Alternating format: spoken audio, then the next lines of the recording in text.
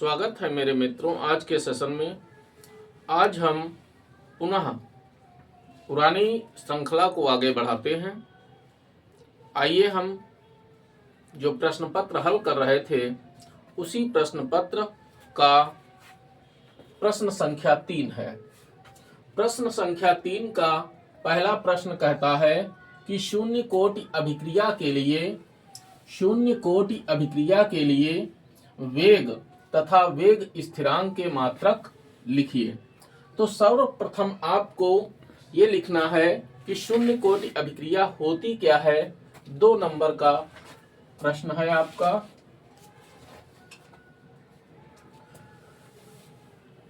ये भैया 2 नंबर का आपका प्रश्न है, ठीक है। तो सबसे पहले आपको शून्य कोटि अभिक्रिया किसे कहते हैं उसकी परिभाषा आपको देनी है। तो क्या होगी परिभाषा? ऐसी अभिक्रियाएं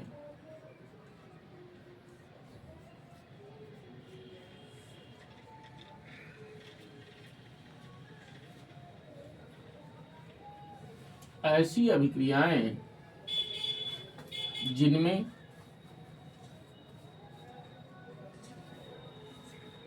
रासायनिक परिवर्तन के फलस्वरूप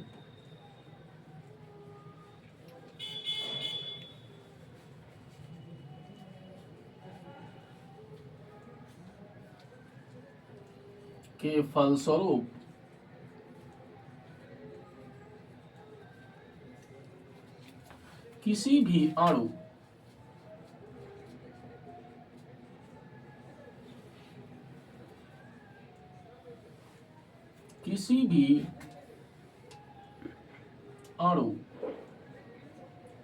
की सांद्रता नहीं बदलती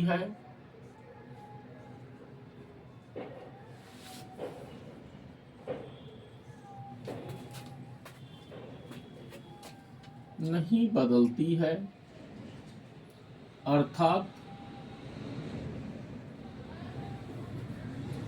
अभिक्रिया का वेग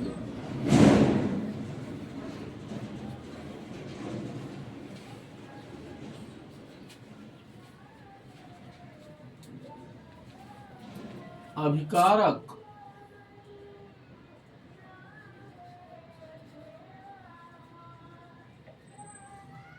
अणुओं की सांद्रता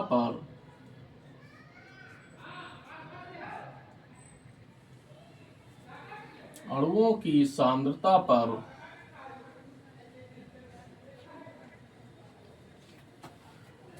निर्भर नहीं करता है,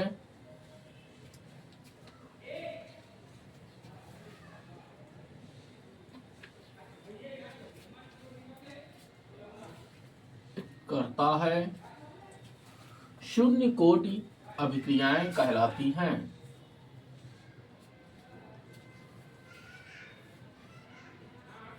शून्य कोटि अभिक्रियाएं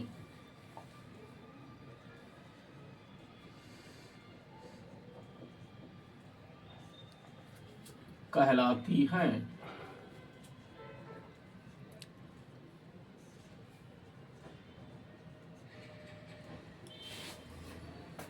बात भैया समझ गए? उदाहरण आप दे दीजिए 1-2, जो भी आपको ठीक लगे। 1 दे सकते हो, 2 दे सकते हो, 2 से ज्यादा नहीं आप दीजिए।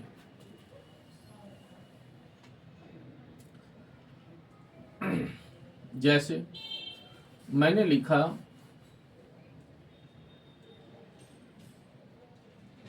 H2 प्लस Cl2 गिव्स, ये है सनलाइट, ठीक है। जल की सतह पर ये अभिक्रिया होती है तो इसलिए H2O भी रहेगा। तो ये हो गया 2HCl। ये उदाहरण हो गया। बात समझ में आई भैया? अब आइए, ये तो हो गई शून्य कोटि की अभिक्रिया। अब अभिक्रिया का वेग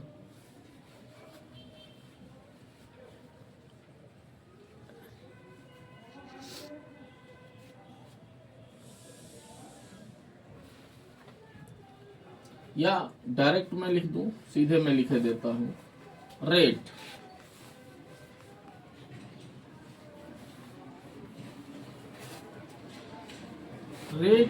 बराबर के H2 की पावर 0 इंटू Cl2 की पावर 0। यानी जो अभिक्रिया की कोटि है वो यहाँ पे दर्शाई जाती है पावर के रूप में। जितने अणुओं की सांद्रता बदलती है वो यहाँ पर पावर के रूप में दिखाई जाती है। समझ में आई बात? अब किसी भी संख्या की घात 0 अगर है तो उसका मान 1 होता है। तो रेट बराबर क्या हो जाएगा, के। समझ में आई बात? अब अगर हम इसका मात्रक दें तो इसका मात्रक क्या होगा, के का मात्रक, के का मात्रक, के ही जो है वो वेग स्थिरांक है। क्या है भैया, वेग स्थिरांक। के बराबर वेग स्थिरांक।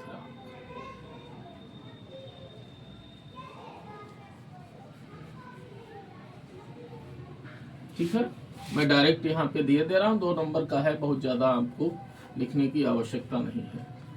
तो के का मात्रक क्या हो जाएगा भाई, जो रेट का मात्रक होगा, यानी के का मात्रक बराबर रेट का मात्रक।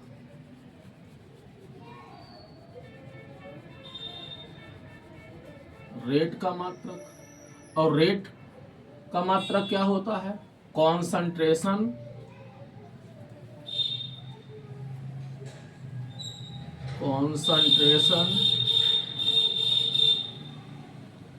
इनटू टाइम इनवर्स होता है। समझे भैया? अब कॉन्सेंट्रेशन काहे में लिया जाता है, मोल प्रति लीटर में। तो मोल प्रति लीटर, और टाइम जो है वो आपका सेकंड में प्राय लिया जाता है, तो प्रति सेकंड हो जाएगा, प्रति सेकंड। बात समझ में आई? गैसीय अभिक्रिया होने पर, गैसीय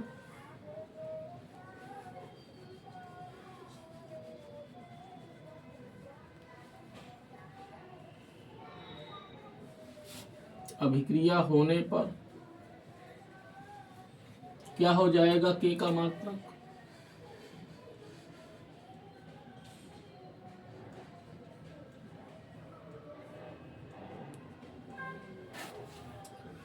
भाई जैसे ये अभिक्रिया है, ये गैसीय है, तो इसका मात्रक क्या हो जाएगा, जहां पर मोल प्रति लीटर है वहां पर आपको वायुमंडल प्रयोग करना है। समझ में आई बात? तो ऐसे भी लिख सकते हो हिंदी में, अगर अंग्रेजी में लिखने में दिक्कत है, वायुमंडल इंटू प्रति सेकेंड। बात समझ में आई? अंग्रेजी में अगर आपको लिखना है तो आप शॉर्टकट में लिख सकते हो एटीएम, ऐसे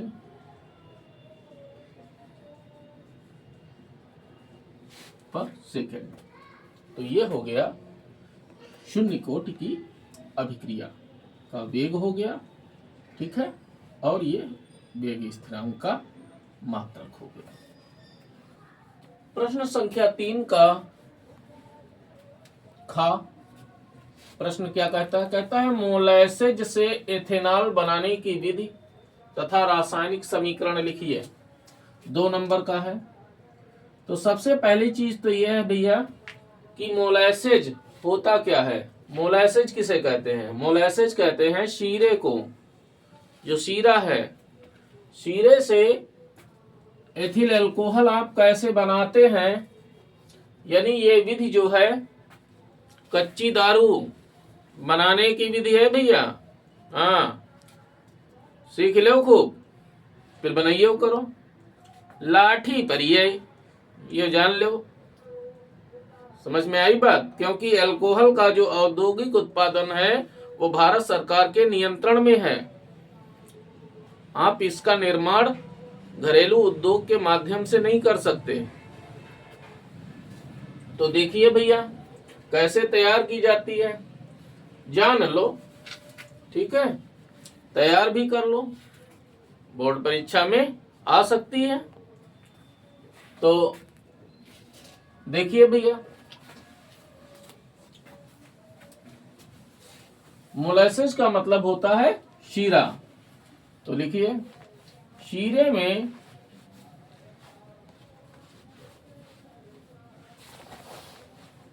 मोलेसेस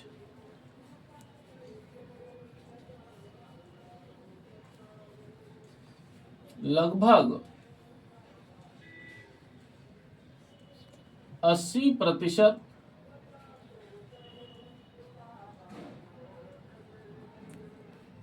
किण्वन योग्य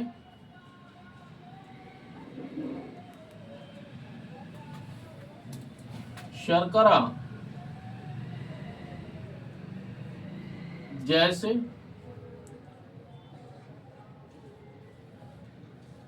सुक्रोज, ग्लूकोज, फ्रक्टोज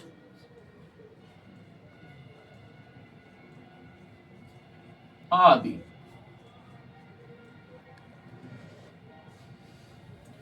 ठीक भैया, पाई जाती है।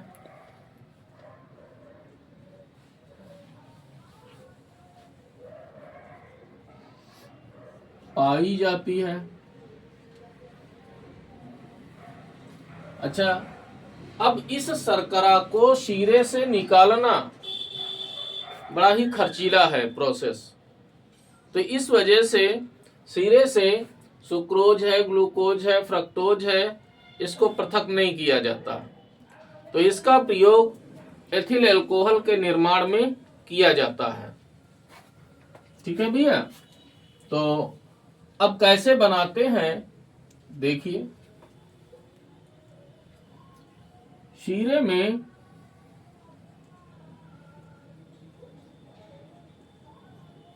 जल मिलाकर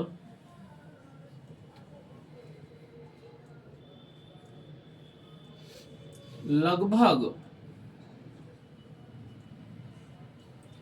10% सांद्रता का विलयन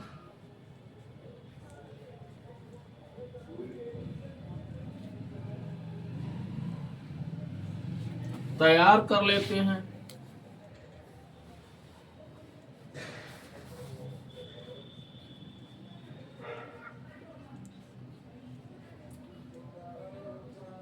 फिर इसमें कुछ मात्रा में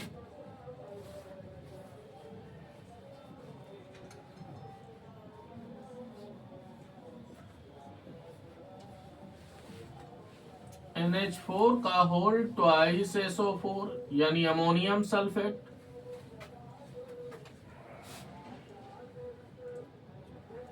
या अमोनियम फास्फेट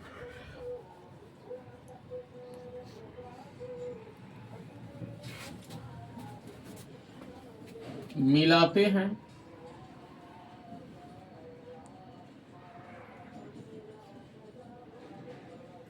जो कीड़ों के लिए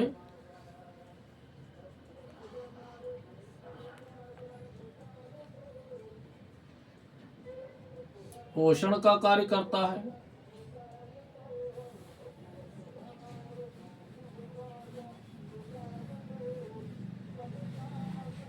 कार्य करता है।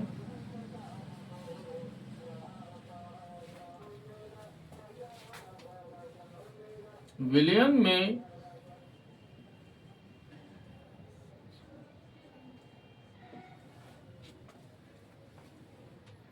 सूक्ष्म मात्रा में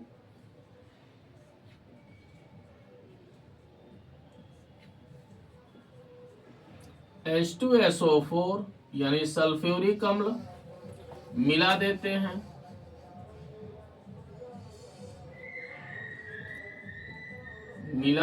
हैं। जो किण्वन क्रिया में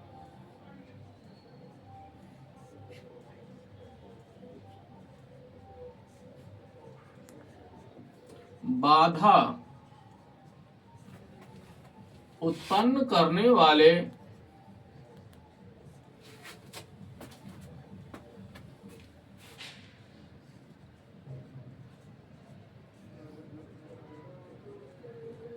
जीवाणुओं को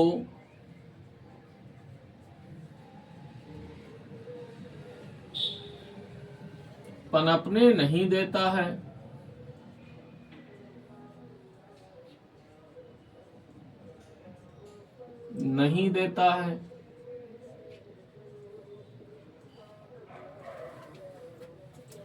अब इस विलयन में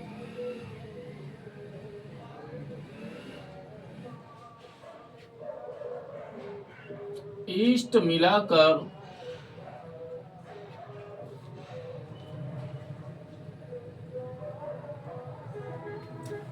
अंधेरे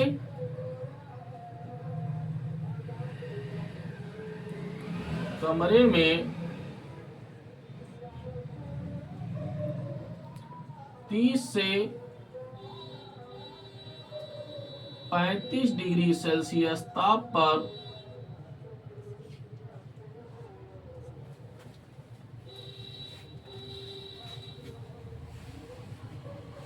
समझ में आई बात?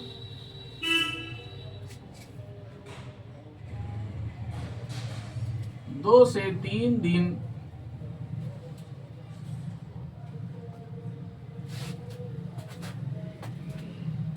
के लिए रख देते हैं।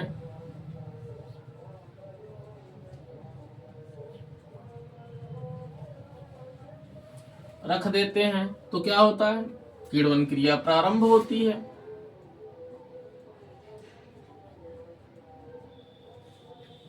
किण्वन क्रिया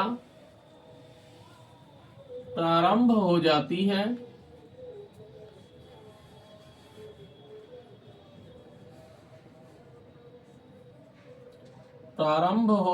है। ईस्ट का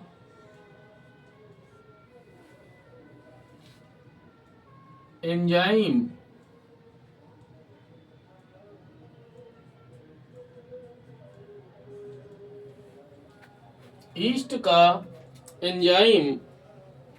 कौन सा है भैया?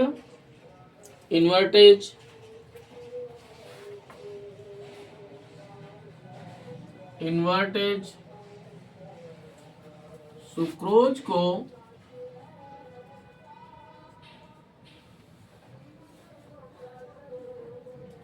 ग्लूकोज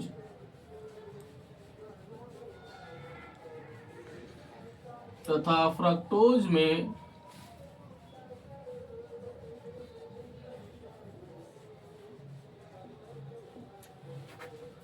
जल अपघटित कर देता है।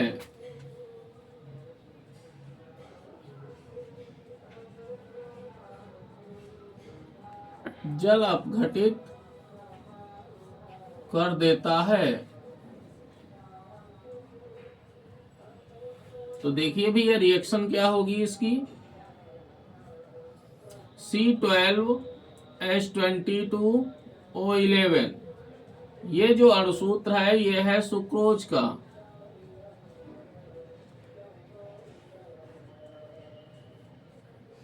Plus H2O। अभिक्रिया में जल का एक अणु प्रयोग होता है। एंजाइम इन्वर्टेज ये प्राप्त किससे होता है? ईस्ट से। ठीक है, तो ये बन गया C6H12O6 प्लस C6H12O6। एक के नीचे ग्लूकोज दे दीजिए। ये ग्लूकोज अगर हम मान लेते हैं तो ये फ्रक्टोज हो जाएगा।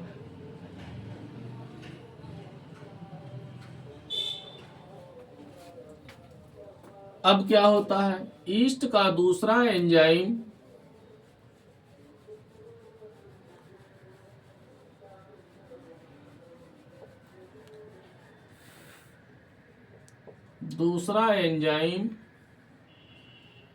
जाइमेज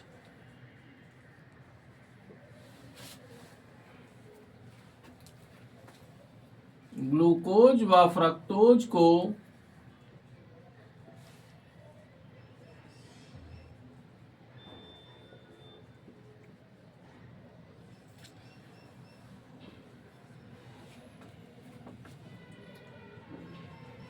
एथिल एल्कोहल, जिसे एथेनॉल कहते हैं, आईयूपीएसी नाम एथेनॉल है, में अपघटित कर देता है।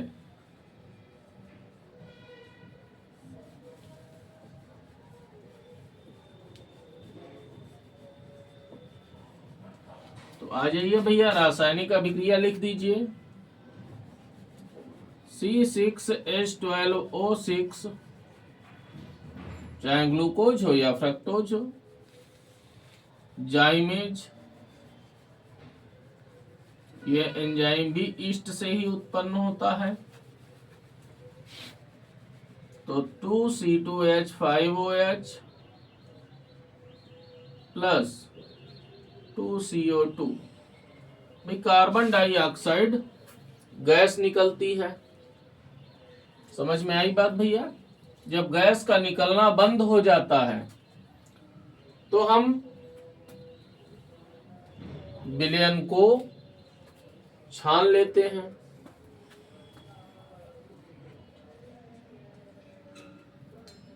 यानी किण्वन क्रिया पूर्ण होने के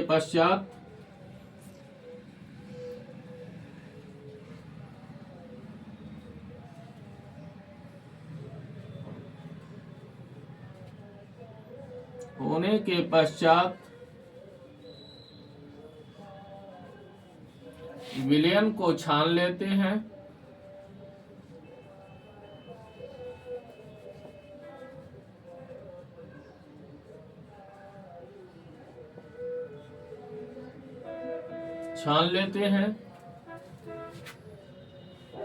प्राप्त क्षनित विलयन वाश कहलाता है।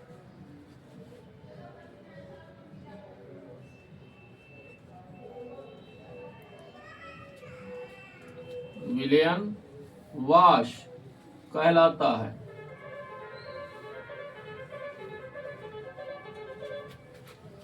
बात समझ में आई भैया? जिसका प्रभाजी आसवन करने पर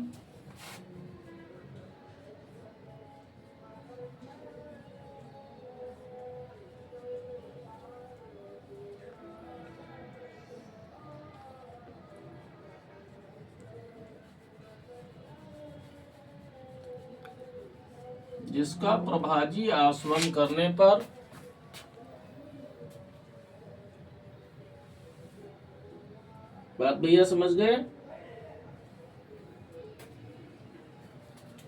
परिशोधित स्पिरिट प्राप्त होती है।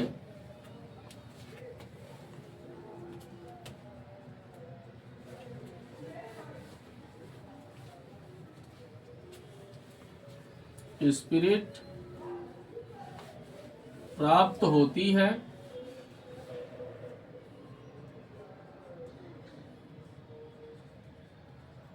जिसमें लगभग 95% C2H5OH यानी एथिल अल्कोहल होती है।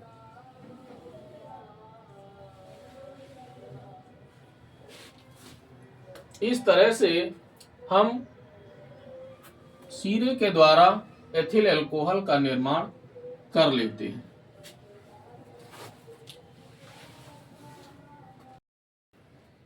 आइए प्रश्न संख्या 3 की गा पर चलते हैं। क्या कहता है प्रश्न? कहता है फिनाल की अम्लीय प्रकृति को समझाइए। फिनाल में अम्लीय गुण पाए जाते हैं, इस बात को आपको अपने उत्तर के माध्यम से बताना है। तो आपको पता होना चाहिए कि अम्ल जो है वो जल में घुलकर हाइड्रोनियम आयन देते हैं।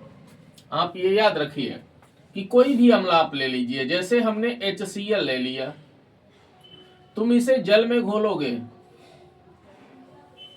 ठीक है, तो क्या होगा?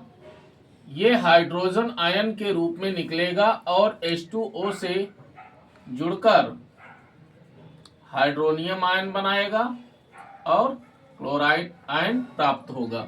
तो ये जो हाइड्रोनियम आयन है, अगर ये उत्पन्न कर रहा है विलयन में, तो इसका मतलब उसमें अम्लीय प्रकृति पाई जाती है। और आपको समझाना भी है, फिनाल ऐसा ही करता है, वो जल में जब घुलता है तो वो हाइड्रोनियम आयन बनाता है। अब क्यों ऐसा होता है, इसके विषय में आप देखिए। कहता है फिनाल अम्लीय होता है, यह प्रबल क्षारों से क्रिया करके लवण बनाता है। हमने ले लिया NaOH, ये फिनाल है, दोनों की क्रिया होती है, सोडियम फिनॉक्साइड नामक लवण बनता है और जल बन जाता है। ठीक है भैया, अब इसका कारण क्या है? आइए कारण हम जानते हैं कि फिनाल में OH समूह ऋण विद्युतीय फेनिल समूह से जुड़ा होता है। यानी ये जो OH है ये इस फेनिल समूह से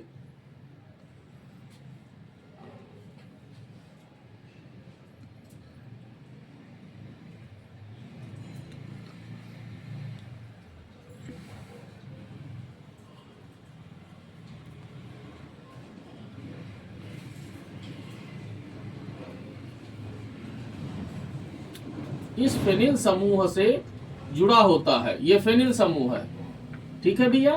और ये जो भाग है ये ऋण विद्युतीय होता है। क्यों ऋण विद्युतीय होता है? ध्यान दीजिए भाई, यहां पर भी हाइड्रोजन है। हाइड्रोजन जब ये रिलीज होता है तो ये कार्बन हाइड्रोजन की अपेक्षा ऋण विद्युतीय तत्व है। ये साझे के इलेक्ट्रॉन युग्म को ग्रहण कर लेता है, जिसकी वजह से इसके ऊपर माइनस का चार्ज आ जाता है और हाइड्रोजन के ऊपर प्लस का चार्ज हो जाता है। ये बंध गायब हो जाता है और ये हाइड्रोजन निकल लेता है। समझ में आई बात? तो ये जो रिंग है ये रिंग होती है ऋण विद्युतीय। तो वही लिखा हुआ है कि OH समूह ऋण विद्युतीय फेनिल समूह से जुड़ा होता है। फेनिल समूह के ऋणात्मक प्रेरण प्रभाव, जिसे -I प्रभाव भी बोलते हैं, तथा OH समूह के धनात्मक अनुनाद प्रभाव, जिसे +M प्रभाव भी कहते हैं। अब इसके विषय में आपको पढ़ना है तो आपको भैया फिर फर्स्ट ईयर में जाना पड़ेगा, तो इतना तो हम नहीं आपको यहाँ पर स्पष्ट कर पाएंगे, ठीक है। तो अनुनाद प्रभाव +M प्रभाव के कारण ऑक्सीजन परमाणु आंशिक धनावेशित होता है। यानी प्रेरण प्रभाव और क्या कहता है, OH समूह के धनात्मक अनुनाद प्रभाव, ठीक है। तो हम सब जानते हैं कि ऑक्सीजन के पास में, अब यहां पर है तो ऑक्सीजन के पास में जो है 7 इलेक्ट्रॉन है मौजूद, सॉरी 6 इलेक्ट्रॉन, 6 इलेक्ट्रॉन इसके पास मौजूद है। तो 1 इलेक्ट्रॉन जो है वो साझेदारी में प्रयोग हो गया है, ठीक है। तो उसमें से 2 इलेक्ट्रॉन, जैसे ये 6 हैं, ये 6 इलेक्ट्रॉन, इसमें से 2 इलेक्ट्रॉन यहां पर डबल बॉन्ड बना देते हैं अनुनाद संरचना स्थायीकरण में। तो इसके ऊपर जो ऋण चार्ज है उसकी जगह पर आंशिक धन आवेश उत्पन्न हो जाता है। जब इसका इलेक्ट्रॉन जाएगा तो भाई धनावेश तो आ ही जाएगा, आंशिक धनावेशित होता है। इस कारण हाइड्रोजन परमाणु हाइड्रोजन आयन के रूप में पृथक हो जाता है। ठीक भैया, आसानी से ये इसमें से हाइड्रोजन आयन निकल जाता है और ये फिनॉक्साइड आयन के रूप में बदल जाता है, यानी फिनॉक्साइड आयन का रूप ले लेता है। यहां पर हमने एक रिएक्शन भी दर्शाई है कि जब फिनॉल को जल में घोला जाता है तो यह फिनॉक्साइड आयन और हाइड्रोनियम आयन देता है, और हाइड्रोनियम आयन देने का जो लक्षण है वो अम्लों में पाया जाता है, जिससे ये स्पष्ट होता है कि फिनॉल में अम्लीय प्रकृति पाई जाती है, अर्थात अम्लीय गुण पाया जाता है। यहां पर हमने नोट भी लिख दिया है कि phenol sodium bicarbonate sodium carbonate को अपघटित नहीं कर पाते हैं। अब यह तथ्य क्या प्रमाणित करता है? यह तथ्य प्रमाणित करता है कि फिनॉल कार्बोक्सिलिक अम्लों से दुर्बल अम्ल है। कार्बोक्सिलिक अम्ल जो है वो सोडियम बाइकार्बोनेट और सोडियम कार्बोनेट को अपघटित कर देते हैं, फिनॉल अपघटित नहीं कर पाता है, जो ये दर्शाता है कि फिनॉल कार्बोक्सिलिक अम्ल की तुलना में दुर्बल अम्ल है। बात समझ में आई भैया? आप लगातार हमारे साथ जुड़े रहिए, हम अगले भाग को भी लेकर आपके सामने प्रस्तुत होंगे। धन्यवाद।